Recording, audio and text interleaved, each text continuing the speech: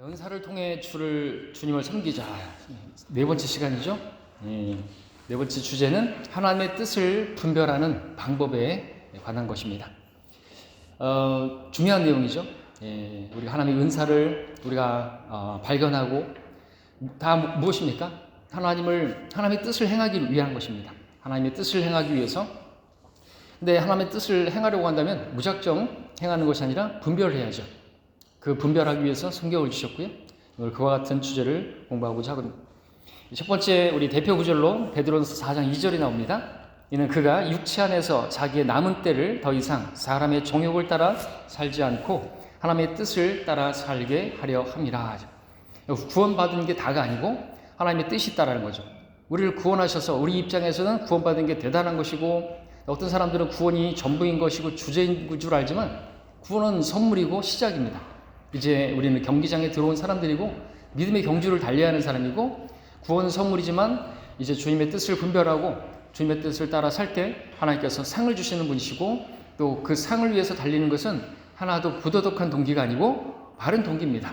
믿음이 없이는 하나님을 기쁘시게 하셨는데 그 믿음 가운데는 마땅히 그분을 열심히 찾는 자들에게 보상하시는, 상 주시는 분이심을 마땅히 믿어야 한다고 말씀하고 있기 때문에 그 시작은 하나님의 뜻을 분별하는 것이죠. 무턱대고 덤비는 것이 아니라 분별하고 하나님의 뜻인지 아닌지를 발견하고 그렇게 나가야 되는 거죠. 자기의 남은 때를 더 이상 사람의 정욕을 따라 살지 않고, 내 정욕을 따라 살았던 삶은 그 다음 구절에서는 지난날의 생활로 충분하다고 말하고 있습니다. 그렇죠? 그렇게 음란과 또 그런 그 연락과 또 술 취함과 이런 것들은 지난날의 생활로 충분하다 이거죠. 얼마나 더 죄를 짓는다고 해서, 또 그 사람의 정욕을 따라 산다고 해서 거기에 만족이 있는 것도 아니고 다 경험해 봤지 않습니까? 그러니까 그걸 계속할 이유가 없다는 거죠. 그 모든 정욕들은 다, 세상과 세상에 있는 모든 정욕들은 다 사라져 버릴 것이기 때문에 하나님의 뜻을 행한 사람들, 하나님의 뜻을 행한 그 일들만 영원히 남을 것이기 때문에, 그래서 하나님의 뜻을 분별하고 누군가 말한 것처럼 하나님의 자신을 향하는 하나님의 뜻을 발견하고 그 뜻을 행한 그 사람이 성공한 사람이라는 것이죠. 우리가 말하는 성공, 이 땅에서 떵떵거리고 뭐 명예를 얻고 이런 것들이 성공이 아니에요. 그건 출세라고 말하죠. 사전적으로. 성공이라고 하는 것은 자신이 뜻하는 바를 이루는 것입니다. 근데 우리는 우리 자신이 뜻하는 바를 이루는 것이 아니라 하나님의 뜻하신 바를 이루는 것, 이게 진짜 성공한 삶이고, 우리 주님께서는 십자가에서 다 이루었다, 다른 말로 하면 성공했다라는 거죠. 뭘 하셨어요? 다 이룬 게 뭡니까? 하나님의 아버지 주의 뜻을 행하려고 내가 왔나이다, 주의 뜻을 행하려고 오셨다. 십자가상에서도 십자가 지는 것도 주님께서 원치 않으셨지만 내 뜻대로 마옵시고 아버지 뜻대로 하옵소서, 그리고 십자가를 지신 것이죠. 주님은 성공하신 분인 겁니다. 출세하신 분이, 출세와는 전혀 상관없는 그런 분이셨죠. 그래서 우리가 이 하나님의 뜻을 분별하고 또 그 뜻을 따라 행하는 그 삶을 살기 위한 성경 공부가 되겠습니다. 잘 아는 내용이겠지만 우리가 안다고 해서 다 기억하는 것도 아니고, 우리가 주의 만찬도 우리가 이제 3개월에 한 번씩 하지만 그것은 주님을 잊어버렸기 때문이 아닌 것이죠. 계속해서 우리가 새롭게 기억하고 새롭게 또 배우고, 또 이전에 배우지 못했던, 깨닫지 못했던 부분들을 또 깨닫고, 그것이 우리의 필요가 있는 것이죠. 첫 번째 소제목, 하나님의 자녀가 되어 있습니다. 하나님의 자녀. 하나님의 자녀가 되었기 때문에 우리는 하나님의 뜻을 분별하고 하나님의 뜻을 따라야 한다는 것이죠. 세상에 흔히 아비 없는 자식이라는 말이 있습니다. 아비 없는 자식, 호로 자식이라고 말하기도 하죠. 누구에게 사용하는 것입니까? 아버지 없이 제멋대로 자란 버릇없는 아이를 지칭할 때 사용하는 것이죠. 사실상 이 땅에 태어난 사람치고 아버지 없이 태어난 사람은 아무도 없죠. 이 땅에 태어난 사람들은 모두 예수 그리스도를 제외하고는 모두가 다 남자의 씨로 그렇게 태어났습니다. 따라서 아비 없는 자식이라는 말은 그가 마땅히 가야 할 길로 가도록 가르칠 아버지가 그에게 없다는 뜻이 되기도 하죠.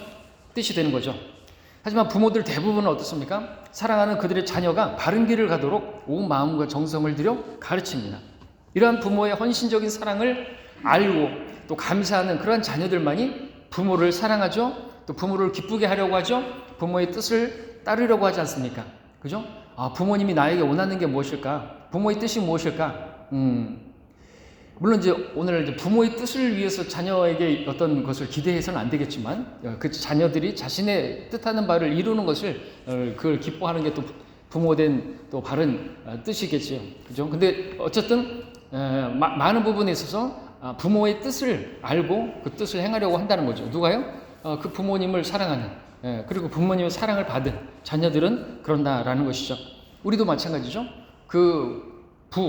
우리 하나님의 크신 사랑을 받았기 때문에 하나님의 뜻대로 살기를 원하는 거 아닙니까? 그러니까 이제 구원받았으니까 이제 지옥 안 가게 됐으니까 내 마음대로 살아도 되네? 그것은 불효막심한 거고 부도덕한 그런 모습이 아닐 수가 없습니다. 하나님의 사랑을 모르는 것이죠. 자, 죄인으로 태어난 예수 그리스도의, 그래서 죄인으로 태어나서 예수님의 그 보혈로 거듭난 하나님의 자녀들도 마찬가지라는 것입니다.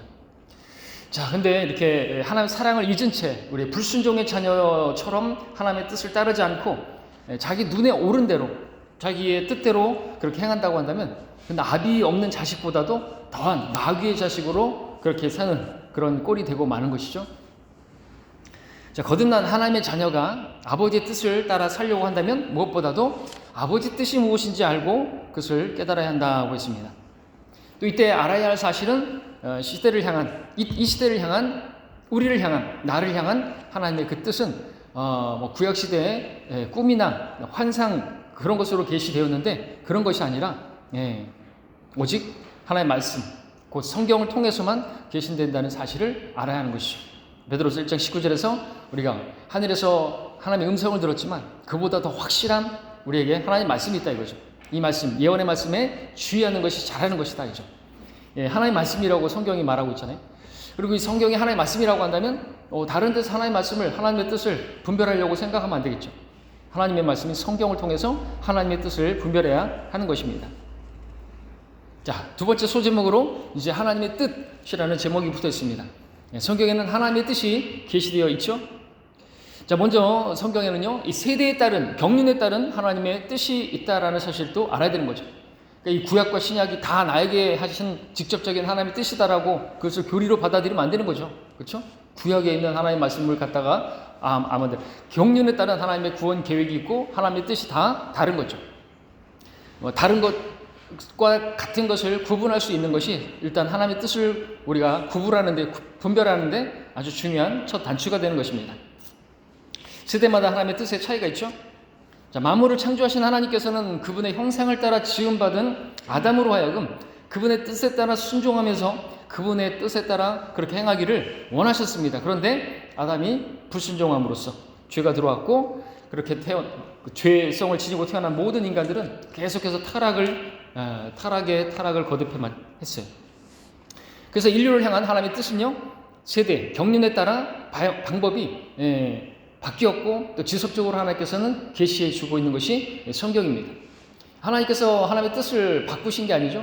또 하나님의 그 구원 방법을 바꾸신 것도 아니고 사람의 죄로 인해서, 타락으로 인해서 하나님께서 심판하실 수밖에 없었고 그리고 다시 새로운 경륜 가운데서 또 하나님께서 말씀을 해 주실 수밖에 없었고 오늘 이 시대는 너무나 감사하게 은혜 위에 은혜로 우리가 믿음으로 살게 하셨고 믿음으로 구원받은 우리들이 또 믿음으로 살게 하셨는데 한마디로 우리는 하나님의 아들을 믿는 믿음으로 사는 것이죠. 그리고 그분께서 내 안에 사시고 그분께서 내 안에서 사시도록 내가 나 자신을 주님께 맡기기만 하면 주님께서 다 살아주신다고 말씀하고 계시는 것입니다. 그리고 그 모든 것은요, 주님 모든 계명은 사랑인데 주님을 사랑한다고 한다면 그렇게 하나님의 뜻을 또 행할 수가 있고 또 하나님의 말씀으로 우리가 하나님의 뜻을 행할 수 있도록 해주셨습니다. 자, 그러나 과거에는 주의 천사를 통해서 선지자들을 통해서 그죠? 또 이제 육신을 입고 오신 하나님의 아들 예수 그리스도를 통해서 그 뜻을 세대마다 계시해 주셨습니다. 이 신약 시대는 바로 예수 그리스도를 통해서 그리고 지금 바울을 통해서 바울 서신, 교회를 향한 서신을 통해서 지금은 기록된 하나님의 말씀을 통해서 그분의 뜻을 주님의 보혈로 구원받은 거듭난 그리스도인들에게 알려주고 계십니다. 자, 그렇다면 하나님께서는 왜 사람들에게 그분의 뜻을 지속적으로 알려주시려고 하시는 것이겠습니까? 너무 원천적인 질문이죠? 다른 게 아니죠. 모든 사람이 그분의 목적과 뜻에 따라 살기를 원하시기 때문이고 하나님께서 처음에 창조하신 목적도 그렇고 또 다시 재창조하신 우리 거듭나게 하신 우리를 향한 하나님의 뜻이 그렇기 때문에 그렇습니다. 그래서 하나님의 뜻이 성경에 많이 나오죠. 하나님의 뜻은 이것이니, 이것이 하나님의 뜻이니 하면서 하나님의 뜻을 많이 계시해 주시는 것이 다른 것이 아니죠. 근데 우리가 이제 중요한 것은 오늘 성경 공부를 통해서 모르지 않아요. 근데 중요한 건 뭡니까? 이것이 하나님의 뜻이다라고 말씀해 주셨는데 그 하나님의 뜻을 따라 사는 그것이 중요하다는 거죠. 또 그 하나님의 뜻을 따라 살기 위해서 우리가 또 무엇이 필요한가? 그것도 우리가 오늘 배우는 시간이 되겠습니다. 자, 그렇기 때문에 이제 하나님의 뜻에 따라 살기를 원하시는데 그렇기에 하나님께서는 그분의 뜻을요 아무에게나 보이지 않으시고 오직 그분을 두려워하고 말씀을 떠는 자들에게만 나타내 보이신다 그랬습니다. 그렇죠? 지금 제가 말씀드렸던 것처럼 하나님의 뜻이 무엇인지를 모르지 않아요. 그죠? 우리 다 안단 말이에요. 배웠단 말이죠. 근데 하나님께서 왜 이런 것들을 계시하시는 것인가? 또 아무에게나 보이지 않으시는데 하나님을 두려워하고 말씀을 떠는 자들에게 나타내 보이기를 원하신다. 우리 지난 시간에는 은사에 대해서 그렇죠. 하나님께서 어떤 사람들에게는 은사를 자기가 가진 은사가 무엇인지를 가르쳐주지 않으신다. 왜? 헌신하지 않았기 때문에. 헌신하지 않으니까 무슨 은사를 가졌는지 가르쳐주지 않으신다 그랬지 않습니까? 왜요? 어차피 은사는 하나님의 뜻을 따라 섬기기 위해서 그 은사를 주신 것이고 그 은사가 발견되어야 되는데 헌신하지 않고 또 그렇게 하나님의 뜻 따라 살기를 원하는 마음이 없는데 가르쳐주시면 뭐 하겠냐 이거죠. 하나님 뜻도 마찬가지라는 것입니다. 아무에게나 보이지 않으십니다. 그래서 하나님을 두려워하고 또 내 말에 떠는 자니라 이사야서 66장 거기서 주님께서는 하늘 높은 곳에 계시는데 누구를 관심하시고 누구를 돌보시는 것이냐. 하나님은 두 곳에 계시는데 저 높고 높은 하늘에 계시고 저 낮고 낮은 자신을 정말 죄인인 저에게 자비를 베푸소서 하고 세리와 같이 기도하는 정말 그 영이 가난하고 통회하는 참회하는 자에게 함께 하신다. 그죠? 이사야서 66장 2절에서도 주님께서는 그렇게 내 말에 떠는 자들을 내가 보살핀다 말씀하셨습니다. 보살피시고 인도하시는데 하나님의 뜻을 분명하게 보여주시는 것이죠. 교만한 사람들, 바리새인 같은 사람들, 자기가 뭐나 되는 줄 아는 사람들, 그런 사람들은 하나님께서 보여주시지 않는 거죠. 그런 사람들은 이미 하나님의 뜻에 벗어난 사람들인 것입니다. 마귀의 뜻을 따르는 사람들이죠. 마귀는 모든 교만한 자식들을 다스리는 왕이기 때문에 그렇습니다. 그죠? 그래서 그렇게 또 교회에서 오래되었고 자기가 뭘 안다고 하고 그러면서 하나님의 뜻을 알면서도 행하지 않는 그러한 사람들, 오히려 하나님의 뜻을 거슬러서 하나님의 권위를 또 목사의 권위를 거슬르고 그렇게 하는 사람들은 하나님께서 내쫓아 버리시는 것이죠. 이게 계속 지금 반복되고 있지 않습니까? 예. 두 번째로 볼 내용은 오늘 우리 신약 성도들을 향한 하나님의 뜻이 무엇이냐 하는 것입니다. 그러면서 이제 아래 나오는 내용들이 하나님의 뜻인데 우리 신약 성도들을 향해서 바울 서신에서 많이 나오죠. 이 외에도 많이 있겠지만 아래 내용들만 이렇게 하면은 종합해보면 요약해보면 이것이 하나님의 뜻이다. 또 이 안에 이제 다 연결되어 있겠죠. 무엇입니까? 먼저는 일단 진리 지식에 이르도록 공부하라 그랬습니다. 하나님의 말씀을 공부하라는 거죠. 왜냐하면 하나님의 말씀을 통해서 하나님의 뜻을 우리가 분별할 수 있기 때문에 공부하지 않고 알 수 없기 때문에 공부하라. 얼마나 단순하고 분명한 고어도 아닌 옛날 그런 영어도 아닌 것입니까? 굳이 이거를 분별하라, 뭐 힘쓰라, 뭐 연구하라, 뭐 학도예요? 흥정역은 연구하라. 하여튼 대학 교수가 번역을 하니까 그런 식으로 번역을 한 것이죠. 아니에요. 공부한 것이에요. 공부. 그래서 우리가 이 시간 여러분들도 최소한 하나님께서 정하신 하나님께서 세우신 교회에 속한 지체라고 한다면 주일에 성경 공부 시간에 참여해서 공부를 해야 되는 거죠. 최소 몸이 정한, 그러니까 교회가 정한 그곳에 함께 하고 그렇게 함께 하는 것이 모이는 일에 적극적으로 동참하는 것이 먼저 하나님의 뜻이잖아요. 그죠? 모임이 있잖아요. 예배만이 모임이 아니에요. 수요 기도회도 모임이고 우리 교회에서 멀리서도 오시고 그러지 않습니까? 성경 공부도 멀리서도 오시고 이렇게 하시지 않습니까? 이런 공부를 허락하셨는데 이게 이제 시작이고 기본인 것이죠.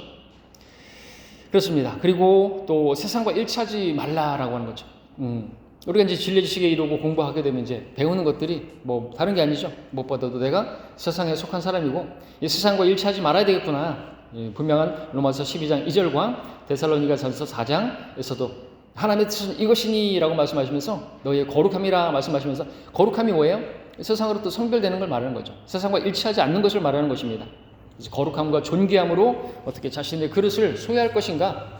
그것을 아는 것, 이것이 하나님의 뜻이다라는 거죠. 또 모든 일에 기도와 간구로 깨어 있으라, 여러 구절에서 말씀하고 계시죠. 깨어 있어야 한다 말씀하고 있습니다.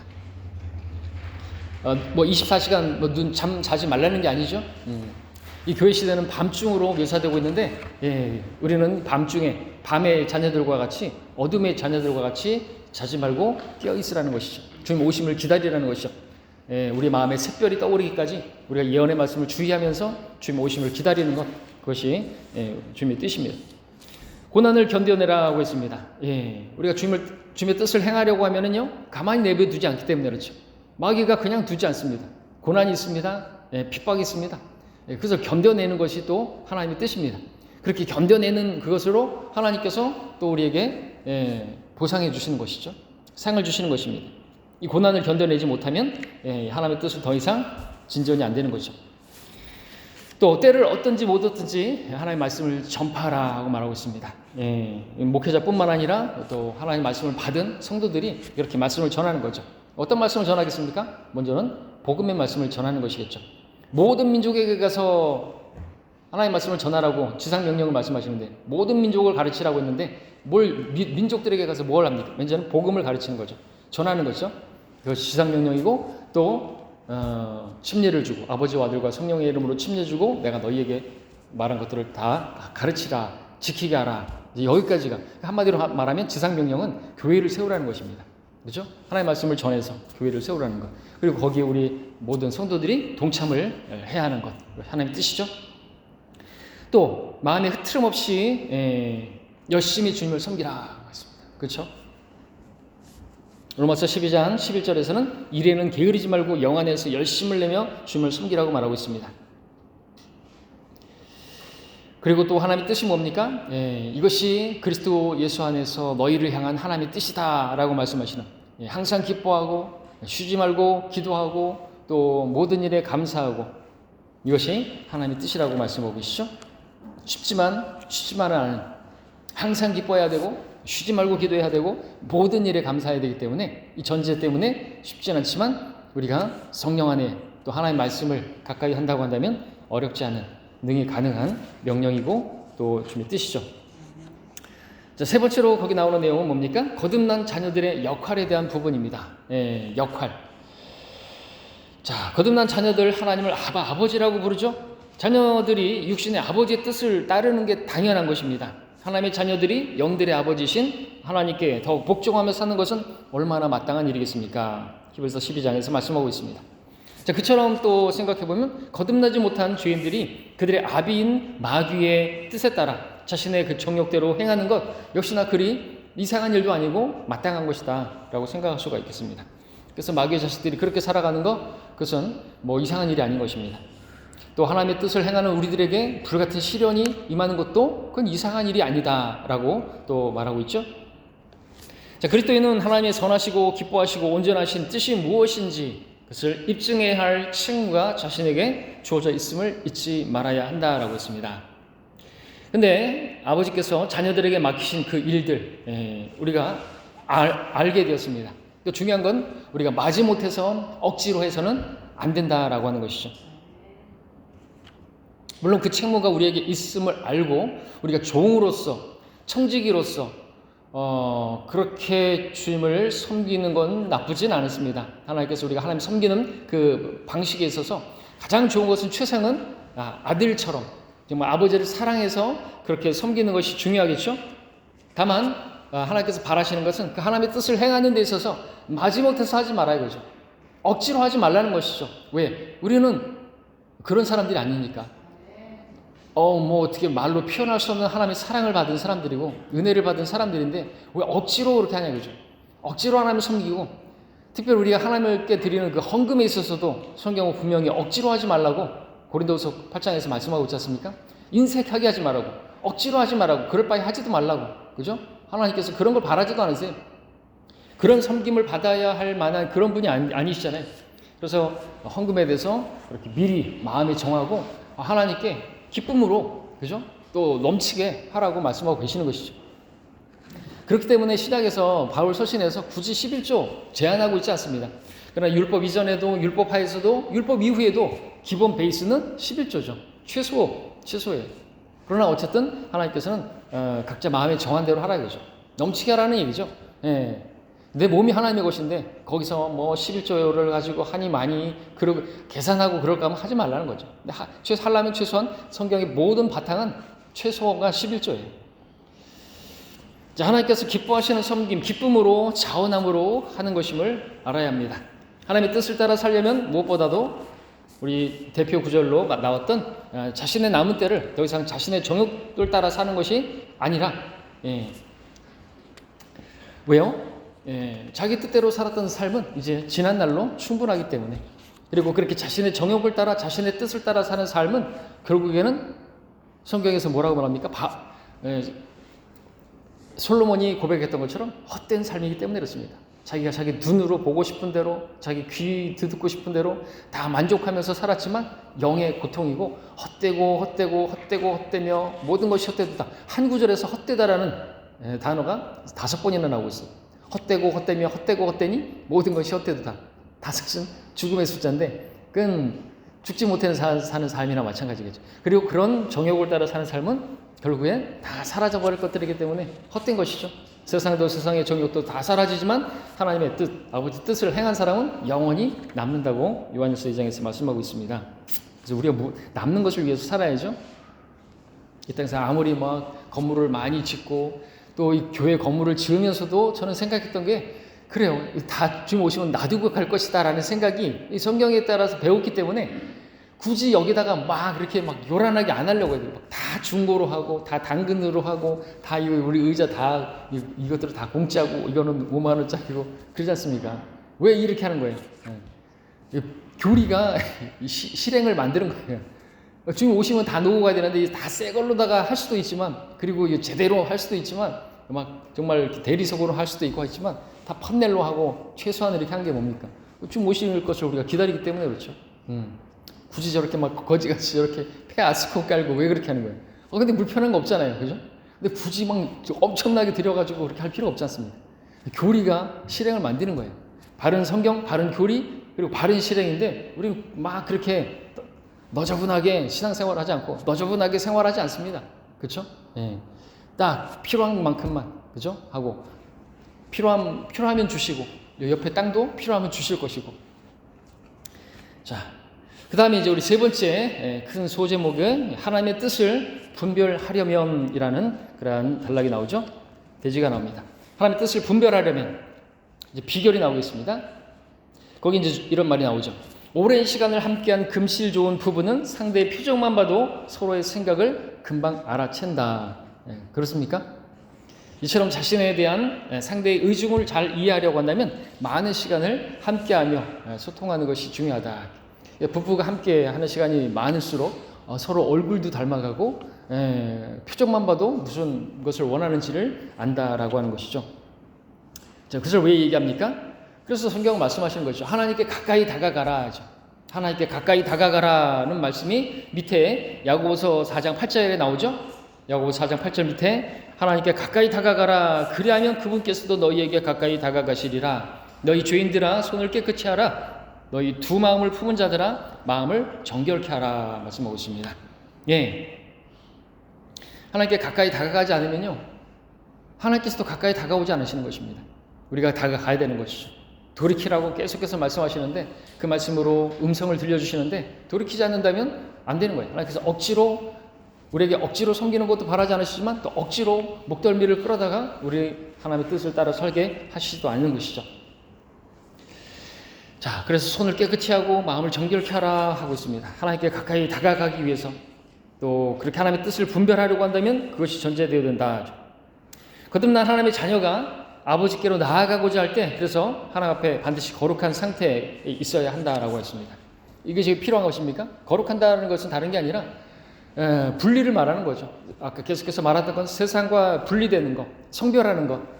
왜냐하면 그렇게 두 마음을 품고서는 하나님께 가까이 다가갈 수도 없고, 나는 하나님께 가까이 다가갔다 할지라도 두 마음을 여전히 품고 있으면은 하나님의 뜻을 분별하는 게 어렵기 때문에 그렇습니다.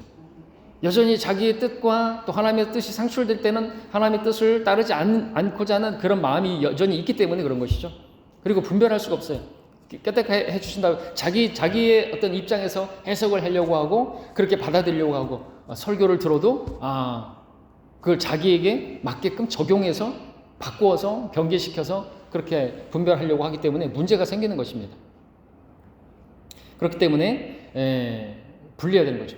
우리가 이제 설교를 들을 때도 마찬가지입니다. 어떤 성도들은 집중을 못해요. 집중하지 못하는 이유가 무엇인가? 제 경우에도 보면 왜 어떤 것에 집중하지 못하는가, 막 다른 것에 마음이 많이 뺏겨 있을 때, 뭐 교회 일에 마음이 뺏겨 있었다 그러면 하나님과 교제가 안 되는 거죠. 여러분들 그런 경험 안 해보셨어요? 성경을 읽는데 하나님의 말씀을 듣는데 음성을 듣지 못하는 이유가 뭔가? 그러니까 어떤 일이 있는 거예요. 여러분들이 막 마음을 빼앗고 있는 어떤 일들이 있죠. 근심, 걱정이 많이 있잖아요. 그러면은 성경을 읽어도 읽은 게 아니지 않습니까? 나는 지금 뭐 했나? 읽는다고 읽었는데 그렇다는 거죠. 그러니까 두 마음이 있기 때문에 그렇습니다. 그러니까 하나님께 우리가 다가에 갈 때는 완전히 성별해야 되는 거예요. 세상에 있는 것들로부터도 성별하고 그런 모든 것들도 다 염려도 맡겨놓고 그리고 주님 앞에 털썩 주저앉아야 된다는 것이죠. 주님을 위해서 뭣도 해야 되고 마르다처럼 그렇게 하는 게 아니라 다 내려놓고 주님의 무릎 앞에 주님의 발 앞에 무릎 꿇고 그렇게 앉는 것이 필요하다라는 것이죠. 그런 것으로부터 다 성별돼 갖고 주님을 위한 일로부터도 성별돼 갖고 그렇게 앉는 것이 필요한 것입니다. 이것이 이제 야고보서 4장 8절에서 말하는 것처럼 손을 깨끗이 하는 것이고 마음을 정결케 하는 것이죠. 그렇게 하나님께 가까이 다가가는 것이 필요하다라는 것입니다. 자, 자녀들이 세상 가운데 살면서 악을 가까이 하게 되면요, 주의 법에서 멀어지는 것뿐만 아니라 하나님의 뜻을 알 수 없게 돼서 결국 하나님께 가까이 나아갈 수 없는 지경에 이르게 되는 거죠. 성별이 필요한 이유가 그것입니다. 결국 나중에는 하나님께 가까이 다가가지 않는 것이죠. 그리고 또 더럽혀지면 마귀가 거기에서 또 죄책감을 주고, 야, 너처럼 더러운 자가 하나님께 나간다고 해서, 하나님께 예배한다고 해서 받아들여지겠느냐? 죄책감을 준다라는 거죠. 그렇게 해서 점점 멀어지게 만드는 게 마귀인 거예요. 그런데 우리는 하나님께서 있는 그대로 나오라고 말씀하시는 것이죠. 그리고 또 하나님의 말씀으로 정결케 될 수 있으니까 있는 그대로 나오기를 원하시는 것입니다. 자, 야고보서 4장 8절 말씀하시고, 우리 시편 119편 거기 나와 있죠? 우리 시편 119편 150절을 함께 찾아볼까요? 함께 찾아보는 것도 구절이 혼자만 계속 하는 것보다 낫겠습니다. 119편 150절에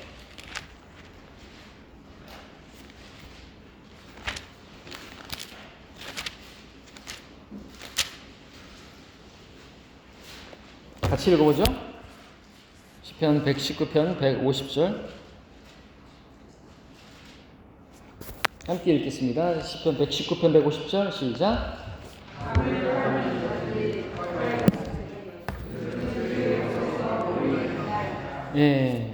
지금 봤던 것처럼 그렇게 하나님께 가까이 다가갈 수 없는 지경에 이르게 되는, 그러니까 악을 따르는 자들이 가까이 왔으니 그들이 주의 법에서 멀리 있나이다.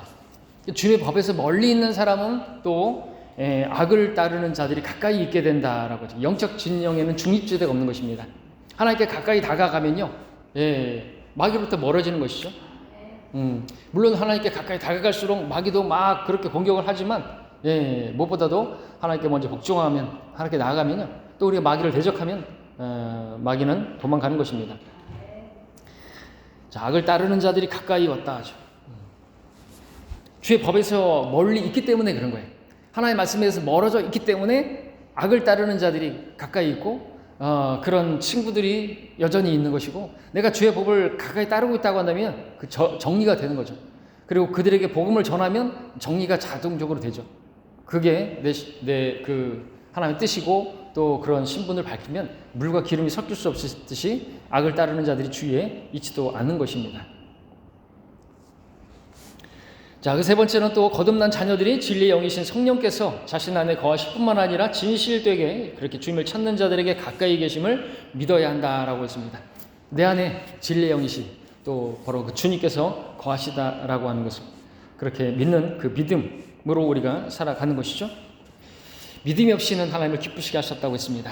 하나님께 나아가는 자, 하나님께 가까이 나아가려고 하는 자, 그분이 존재하시는 것, 그분이 어디 존재하십니까? 내 안에 영으로 거하시고 또 그렇게 열심히 주님을 찾는 자들에게 보상하시는 분이심을 마땅히 믿어야 한다고 했습니다. 자, 이렇게 말씀을 드렸지만 그럼에도 하나님께 가까이 다가가지 않고 그 사람은 정신줄을 놓은 사람이고 그러면은 결국 자신 앞에 울부짖는 사자를 발견하게 될 것입니다. 그래서 베드로전서 5장 8절에서 뭐라고 말합니까? 울부짖는 사자가 산책일자를 찾아 두루 다닌다고 했는데, 그러니까 정신을 차리고 깨어 있으라고. 정신을 차리고 깨어 있으라. 이는 너희 대적 마귀가 울부짖는 차. 그러니까 정신줄을 놓고 있으니까 울부짖는 마귀가 내 앞에 와 있는 거라는 것이죠. 하나님께 가까이 다가가지 않으니까 울부짖는 마귀가 내 앞에 놓여 있는 것이라는 거죠. 그래서 삼킴을 당하는, 정복을 당하면 정복한 자의 종이 되는데, 그것은 하나님의 뜻을 행하지 않았기 때문에 그렇습니다. 그래서 이런 말씀들이, 이런 공부가 우리에게 필요한 것이 너무나 현실적인 것이고, 그렇게 하나님의 뜻을 우리가 분별하는 게 필요한 것이죠. 또 하나님의 뜻을 이렇게 분별하고 하나님의 뜻을 따르려고 할 때 마귀의 공격이 있다는 사실도 우리가 잊지 말아야 하는, 그것을 배우는 것이 중요합니다. 이번에 보니까 하나님께 가까이 다가가서 이제 다음에 할 일은 뭡니까? 말씀에 귀를 기울이는 것이죠. 마르다처럼이 아니라 마리아처럼 그렇게 하나님께 주님께 가까이 다가갔으면 말씀에 경청하는 것이 필요한 것입니다. 그 좋은 편, 그 한 가지가 필요한 것이죠. 아버지 하나님의 말씀에 귀를 기울이는 자녀는 아버지를 사랑함과 두려움을 배우게 되죠. 그리고 그것이 있게 됩니다. 그래서 아버지 하나님을 사랑하고 그분을 두려워하는 자들, 그들은 들을 귀를 가진 자들인 것입니다. 복 있는 자들이라 말하고 있습니다. 예, 들을 귀가 있다. 하나님의 말씀을 듣습니다. 하나님을 사랑하게 됩니다. 하나님을 두려워하게 됩니다. 온전한 그러한 하나님의 뜻을 행할 수 있는 자녀가 되는 것이죠.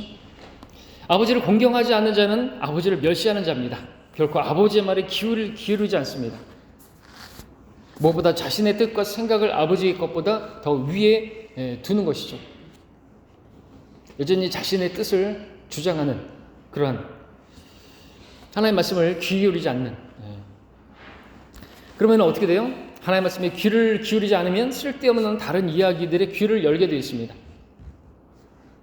디모데후서 4장 3절에서는 때가 이르리니 사람들이 건전한 교리를 견디지 못하고 그들 자신의 정욕에 따라 가련 귀를 즐겁게 해줄 선생들을 많이 두리라. 하나님의 뜻을 분별하지 못하는 사람들은 결국에는 어떤 다른 누군가를 따라가게 되는 거죠.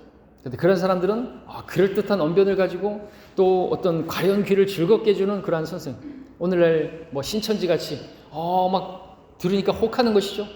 비유풀이 그런 어떤 풍의적으로 해석하고 새로운 것인데 어떤 새로운 것을 깨닫게 됐다고 해서 따라가는 사람들이 있습니다. 그들은 하나님의 뜻을 행할 의지가 없는 사람들입니다. 그렇죠? 우리처럼 복음을 전하고 또 그렇게 막 십자가를 치고 그거는 너무나도 싫다 이거죠.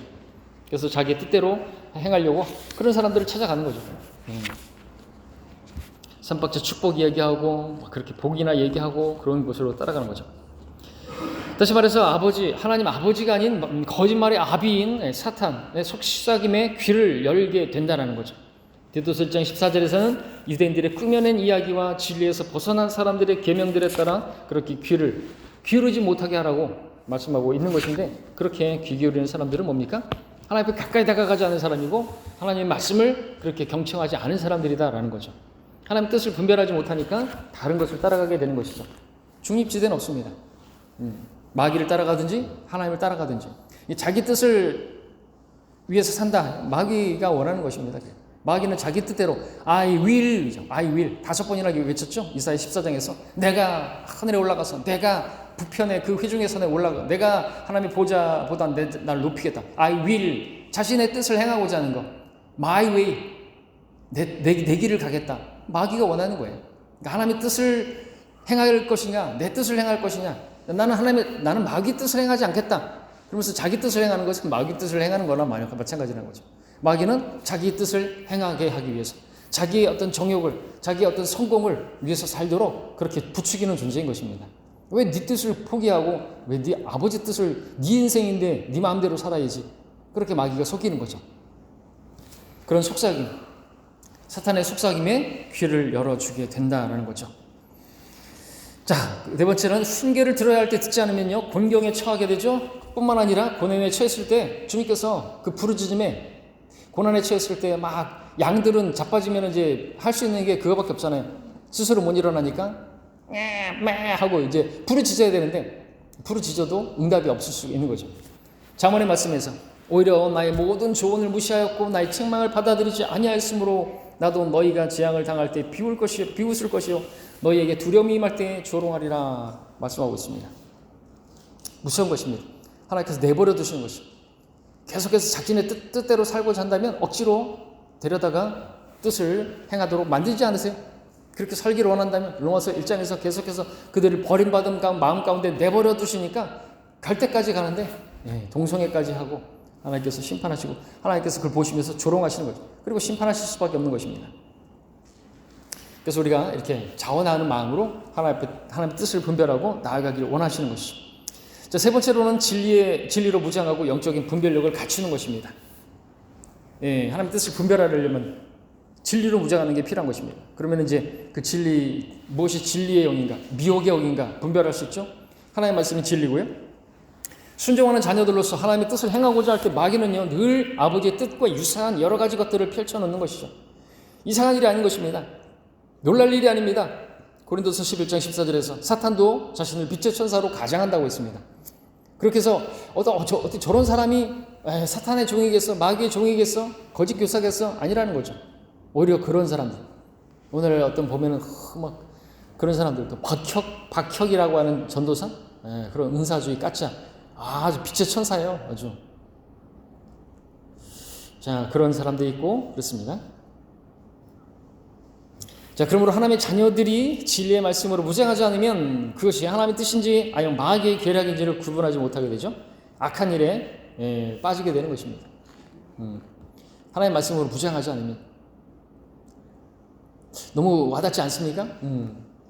성경은 우리 영적 전쟁이 있다고 말씀하고 있잖아요. 영적 전쟁에서 공격용 무기가 뭐고 믿음의 방패가 또 하나님의 말씀 믿음인데 하나님의 말씀이에요. 그죠? 하나님의 말씀으로 우리가 무장한다는 게 무슨 뜻입니까? 어떤 영적 전쟁이 일어났어요. 여러분 하나님의 말씀에서 답을 찾아야 되는 거예요. 그죠? 목사가 어떤 무슨 범죄를 했다? 그럼 송사는 어떻게 하라고요? 두세 증인이 없으면 받지 말라. 땡. 그죠? 그걸로 끝이에요. 두세 증인이 없는데도 불구하고 계속해서 추정의 원칙 그런 거 없잖아요. 네? 무슨 그런 것으로 할 수 없단 말이죠. 그렇게 해서 나간 사람들이 다 실패한 거예요. 하나님의 말씀을 기록되었을 때 하지 않잖아요. 마귀의 공격에서 주님께서는 보여주시잖아요. 기록되었을 때 그거 하지 않고 그들은 기록되었을 때 나가가지고 계속 분열하잖아요. 분열하는 사람들. 열매를 보면 나무를 알 수 있다고 했어요. 그들은 어떤 사람들이에요? 하나님의 말씀이 최종 권위가 아닌 거예요. 하나님의 말씀으로 무장해야 된다고 그러면서 결국에는 나중에는 하나님의 말씀을 버려버리고 다른 것을 붙들어요. 그리고 자기가 안 봐도 모니터다 그러면서 자기가 다 판단하고 그렇게 이제 성별 아닌 성별한 사람들, 육신적인 분리를 한 사람들 다 실패한 것이죠. 하나님의 말씀을 무장하지 않았다는 것을 여실히 보여준 것입니다. 하나님의 뜻을 행하지 않은 것. 하나님의 뜻은 하나님의 말씀이 있는데 마귀의 계력을 구별하지 못해가지고 그렇게 악한 일에 연루되고 악한 모임에 들어가서 계속 분열하는 거예요. 계속됩니다. 처음에 이제 제가 있었을 때 이재명 반란 사건. 이재명은 이름이 좀 그런가 봐요. 나가고 지금 뭐 하고 있어요? 무슨 어디 동사무소에서 일한다나 그러고 있죠. 이소 목사님 조카였잖아요. 엄청나게 반역을 저질러서 얼마나 많은 젊은 사람들을 실족시키고 데려갔는지 모릅니다. 자, 거기에 그 내용을 보면은 이제 병아리 암수를 구별하는 전문가들 쭉 이야기하고 있죠. 암컷만 잘 열심히 보는 거예요. 암컷을 골라서 이제 알을 낳게 하는 그런 닭은 따로 낳아야 되니까. 그래서 암컷만 열심히 봅니다. 그럼 수컷을 딱 보면 알아차린다는 거죠. 그리고 위조 지폐 판별하는 사람들도 위조 지폐가 왜 위조 지폐인가 그것만 열심히 연구하는 게 아니라 진짜 지폐만 보는 거죠. 진짜 지폐만 계속해서 연구하면 그것이 없는 것을 발견하면 가짜라는 걸 알게 되니까 이제 그렇게 하는 거죠. 그처럼 우리 하나님의 말씀을 무장을 하면 된다는 거죠. 그 말씀을 무장하기만 하면 가짜를 분별할 수가 있다는 거죠. 자, 네 번째 소물 제목입니다. 이제 하나님의 뜻을 따르라라고 하는 것입니다. 하나님의 뜻을 따르라. 우리가 지금까지 이제 보는 것은 뭡니까? 하나님의 뜻을 그렇게 알고 그리고 하나님의 그 뜻을 분별하는 거 중요하고 했는데 다 했습니다. 이제 마지막 하나님의 뜻을 따르는 것이 필요한 것이죠. 그래서 성경에서 믿음의 발자취를 따르라는 말씀으로 표현될 수가 있습니다. 예수님께서는 공생의 기간에 늘 자신의 뜻대로 행하지 않으시고 오직 자신을 보내신 아버지의 뜻을 따라 온전히 행하셨죠. 십자가상에서 자신을 드리는 일에 있어서도 그렇게 했습니다. 내 뜻대로 마옵시고 아버지 뜻대로 하옵소서. 그 뒤를 이어서 사도 바울도 그렇게 주님의 발자취를 따랐습니다. 주님께서 걸어가신 그 발자취를, 그리고 많은 그리스도인들에게, 교회 성도들에게 그 동일한 발자취를 따라 걸을 것을 권면했죠. 자, 그 주님의 발자취를 따를 때 우리는 고난이 있습니다. 말씀드렸던 것처럼 기쁨으로 그 고난을 감당해야 되는 것입니다. 불같은 시련일 수 있습니다. 그 발자취를 걸어가는데 꽃길만 걸을 생각하지 마십시오. 가시밭길입니다. 그것을 견디는 것은 쉽지 않습니다. 그러나 성경은 뭐라고 말합니까? 그 짧은 우리 생애 가운데서, 주님을 섬기는 그 기간 가운데서 받는 그 어떤 환난도 그것은 가벼운 것이라고 말씀하고 계시고, 우리가 장차 받게 될 영광에 비한다면 너무나 가벼운 것이라고, 그리고 우리가 받게 될 영광이라는 것은 엄청난 비중을 이어가는 것이라고, 그죠? 가치에 대해서 말하고 있습니다. 영원한 영광으로 우리에게 갚아주신다고 말씀하십니다. 영원한 것 때 잠깐이라는 거죠. 우리가 앞으로 주님을 섬기면 몇 년이나 더 섬기겠습니까? 앞으로 10년, 20년 섬기겠습니까? 제가 살면 얼마나 더 살겠고 여러분들은 얼마나 더 살겠습니까? 그 짧은 기간 동안에 주님을 위해서 당하는 어떤 시련이라 할지라도 우리가 받게 되는 이 영광에 비한다면 어떤 쪽을 선택해야 될지 알게 되고, 우리가 그것을 바라본다면 기쁨으로 고난의 발자취를 걸어가게 되겠죠. 주님께서는 자기 앞에 놓인 즐거움을요, 자기 앞에 놓인 그 즐거움을 위해서 수치를 견디고 십자가를 지셨다고 말씀하고 계십니다. 최종적으로는 하나님께서 높이셔서 하나님 보좌 오른편에 앉으시고, 그리고 우리에게 이제 열심히 달리라고, 나처럼 달리라고, 앞에 있는 즐거움을 위해서 너희가 당하는 고난도 받게 될 영광에 비할 수 없다고 그렇게 말씀하는 거죠. 바울은 자신에게 닥치는 모든 고난에 힘을 잃어서 정말로 삶의 절망에까지 그렇게 이르렀지만 달려갈 길을 기쁨으로 끝마치고 믿음을 간직했다라고 하는 간증을 남겼고, 너희는 나를 따르는 자가 되라고 그렇게 말하고 있습니다. 주님을 따르는 게 너무 버겁다고 한다면 우리와 같은 성경의 사도 바울을 따르면 되는 것이죠. 자, 자신을 거룩한 산 제물로 드리라는 것입니다. 그것이 하나님의 뜻을 따르는 것이에요. 그죠? 무엇보다 원초적이죠. 하나님 아버지 뜻, 자녀들의 거룩함입니다. 따라서 자신의 몸을 거룩한 산 제물로 하나님께 드리는 것, 하나님을 기쁘시게 하는 하나님의 뜻입니다. 이를 위해서 세상으로부터 성별해야 된다는 거 앞에서 말씀드렸죠. 마음의 변화를 받고, 또 그렇게 했을 때 하나님의 선하신 뜻이 무엇이고 기뻐하시는 뜻이 무엇인지, 온전한 뜻이 무엇인지를 발견할 수 있고, 발견했다고 한다면 입증하는, 또 내가 믿음이 있느냐 그것을 입증해 보라고 했는데 하나님의 뜻을 행하는 것으로 입증해 내야 하는 거죠.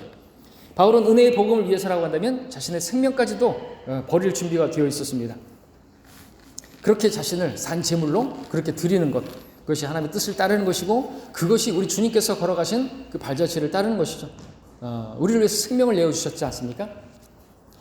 자, 마지막으로는 기도로 아버지께 나아가라는 것이죠. 하나님의 사역은 자신의 욕망을 실현하는 것이 아니라 하나님의 뜻을 이룸으로써 주님께 영광을 돌려드리는 것이고, 주님께서도 그 아버지의 뜻을 행하기 위해서 겟세마네에서 얼마나 기도하셨습니까?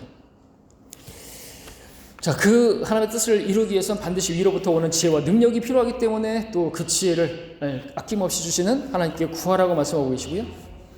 주님께서는 아버지의 일을 앞서 기도로 많은 본을 보이셨습니다. 지금도 우리를 위해서 중보하고 계시고, 바울은 또한 사역에 있어서 항상 주님께 기도했을 뿐만 아니라 세운 교회들을 위해서도 항상 기도하기에 힘썼고, 또 그 세워진 교회를 향해서 나를 위해서도 기도하라고 그렇게 말하면서 기도의 소중함을 그렇게 많이 알려줬던 것이죠.